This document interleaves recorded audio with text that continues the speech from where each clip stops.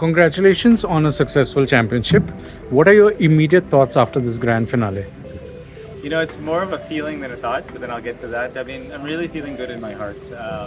I grew up playing youth football, soccer in America, a lot of big tournaments I got to be a part of, and then I've been in India a long time, been involved in sports development, especially football for a long time. And you see a lot of interesting parts when you're watching youth sports. Some things that make you happy, some things that don't make you feel like, oh, it could be better. But right now I'm feeling like everyone involved in this tournament enjoyed it, connected with it, and really feels like, hey, there's some hope for the future as well. So I'm feeling really good.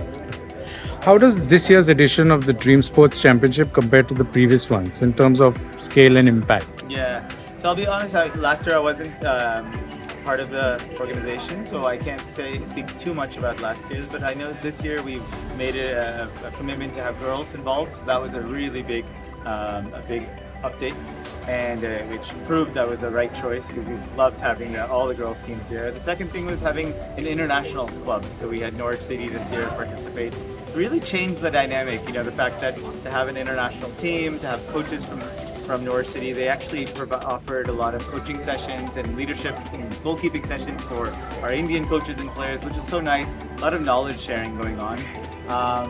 And really, I think we stepped up our game in terms of match analysis, performance analytics, and data and analytics. So that's been really cool to see how we've kind of evolved that based on the needs of the players. Okay. What is the biggest challenge your team faced during the planning and execution of this tournament? The planning and execution? We actually got a lot of support from many different, from the GFA and All India Football Federation. A lot of great stakeholders stepped in and supported this. Honestly, there's all the regular operational challenges. I think, of course, the heat, you have to kind of deal with that when you have a club come international like Norwich. You have to deal with, they have to get used to, and this is different than the UK. But otherwise, honestly, it was pretty smooth for us. We really got a lot of support from all stakeholders, so it wasn't any major challenges. We all knew what we were getting into, and I think everyone was just excited about a tournament of this caliber was being offered, and everyone stepped in and kind of was really appreciative and supported every step of the way. Are there any inspiring stories or standout performances at the championship that you'd like to highlight? I think I need to still get a download from everyone. So at this point, but I would say this is that from my experience, I watched many of the matches, of course, but one of the most exciting ones for me was Norwich City versus Football for a Change from Manipur. It was the first match that Norwich City played in India, and then they're playing a team from Manipur. And what a match it was. The height difference and build was so different, so you could tell it was a big difference. So if you look at it, you think, okay, Norwich is gonna really take them. But skill and passion of Manipur players were amazing. But the other part of it was it was a small ground in South Goa, but a lot of people from Manipur who are living in Goa came out to support. And from what I've understood, a lot in Manipur were watching on fan code. And it was 2-2, great match.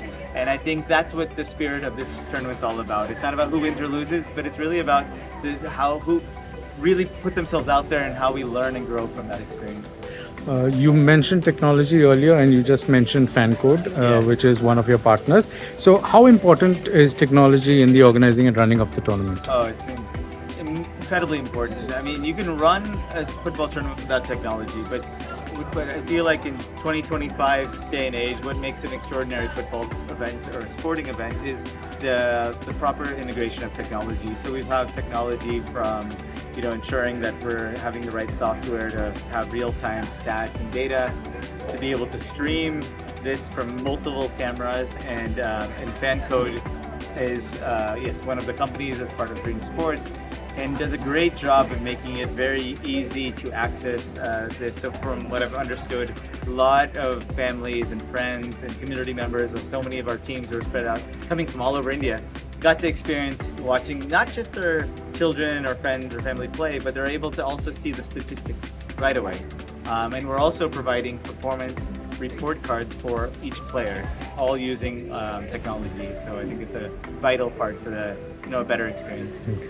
How does the foundation plan to support athletes beyond the championship, maybe like in long-term career development?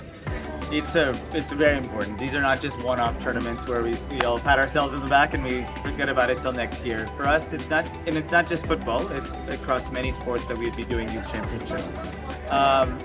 So it goes many directions. Right now, we've done this tournament. We do a lot of upskilling education programs for coaches that are working with 8 to 18-year-olds. That's another part of it.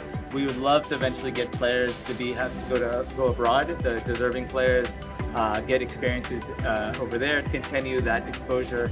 And over time, I mean, if there's promising players that need support to get to that next level, whatever that might look like, we can also assess that. So for us, it's about that 8 to 18-year-old kind of cohort. We want to give them everything we can, and especially as they're heading towards getting into the older age groups, we want to make sure that we've really given them the kind of exposure and support they require to be at the kind of top world international sports stages as well.